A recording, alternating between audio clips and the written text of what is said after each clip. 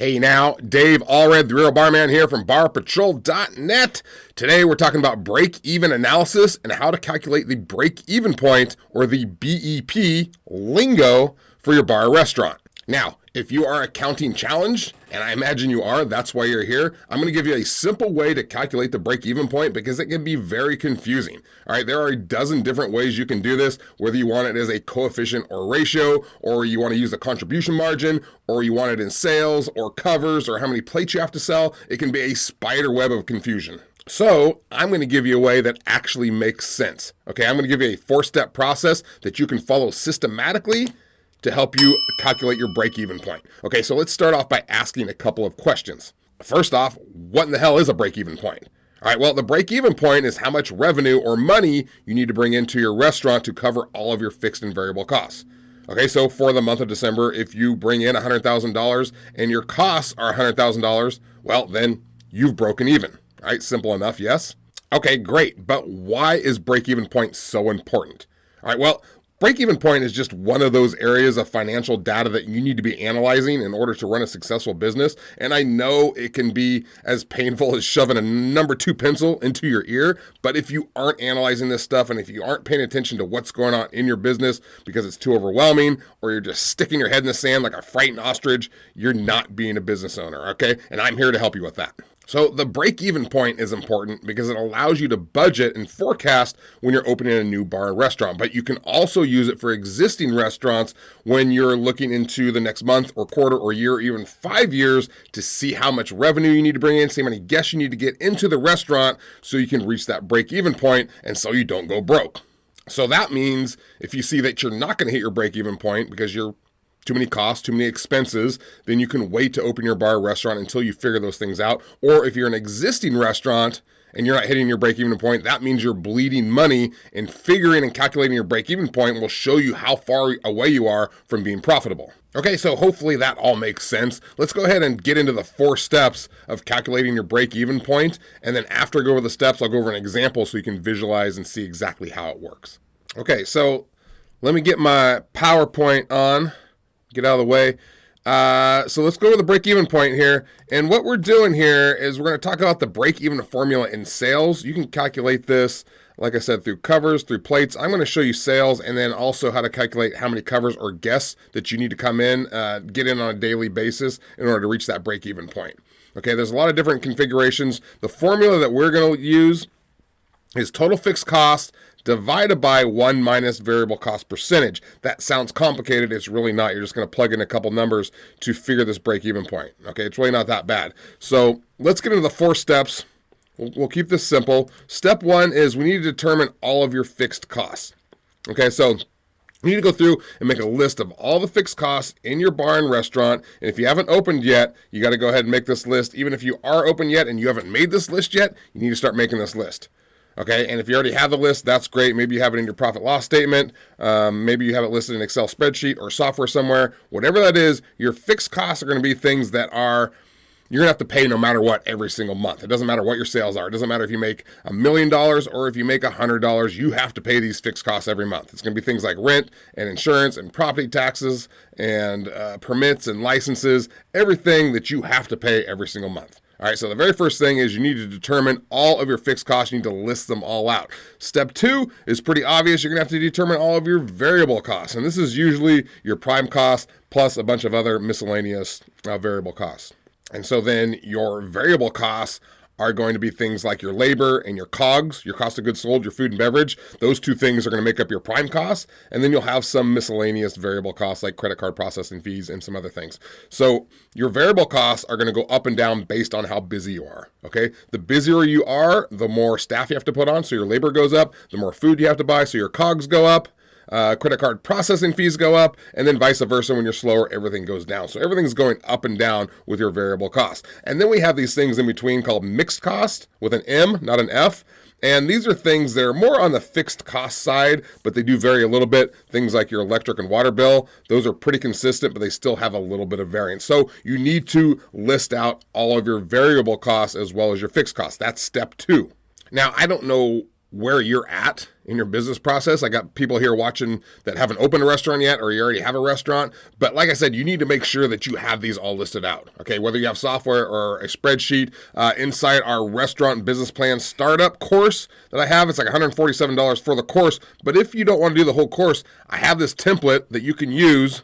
You can buy it for $49.99. It's the best $50 you'll ever spend. We have 10 tabs along here along the bottom, and you're able to calculate and budget out every single area of your restaurant. Has financial templates, financial statements, profit loss report, gross profit report, labor report. It has everything you'd ever need for figuring all this stuff out. It has a break-even report on here as well. You're welcome to go check that out at barpatrol.net/resources. Have it on the resource page right here. So if you scroll down through all these, you can see it right here. Here's where you can buy it here. And I even have a little video that kind of shows you how it works. So you can use that or not use that. I don't care. I just want to make sure you're using something to make sure you have all of your costs listed so you can list them all out and make sure you know where you're at so you can figure your break-even point, which is what we're here for. So let's go to step 3. Step 3 is we need to determine sales over a given period of time, i.e., the last 3 months. So I like to go by quarters, but you could do it longer than that. So a quarter is 3 months. So if you get your sales for a 3-month time period, divide by 3, you're going to get your monthly sales on an average instead of just using 1 month where there might have been a big spike or a big dip. I like to get an average over a period of time. And then so step 4 finally is you got to plug in the numbers into the formula. And that, it's not really a step that you have to do, except it is math. You have to use your brain. You have to use the old noodle. So we're going to call it a step because you do have to actually do it. So let's go over here. Let's do an example so you can actually picture how it works. We're going to do the break-even formula through sales. And let's say that we have $64,000 of sales in the month. And let's say that your prime cost, which is your labor and COGS, is 62%, which is about average. 60% is what I would like to see. Some people are up on the 70% mark. Every percentage point counts. Let's say in this case it's 62%, which isn't bad. And then your other variable costs are going to be right around 6.3%, $4,000. Your fixed costs are $18,700.12, which leaves a profit of $1,560, which is 2.4%, which is common in our industry. It's very depressing, I know. So let's say that you're right there. Again, I'm not going to go over how to save percentage points so you can make more profit. We'll do that in other videos. I'm just going to show you the break-even point right now. So let's move all of this into a little box up here on the left so we can still reference it. And let's go ahead and plug in the numbers. Remember, we're doing total fixed cost divided by 1 minus variable cost percentage to figure this out. So let's plug it in. Our fixed costs are $18,712.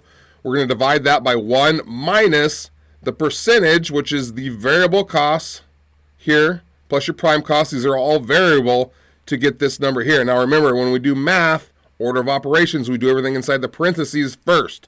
Okay, so we're doing this first, and then next, we're going to bring in the $18,712 and divide by 0.317.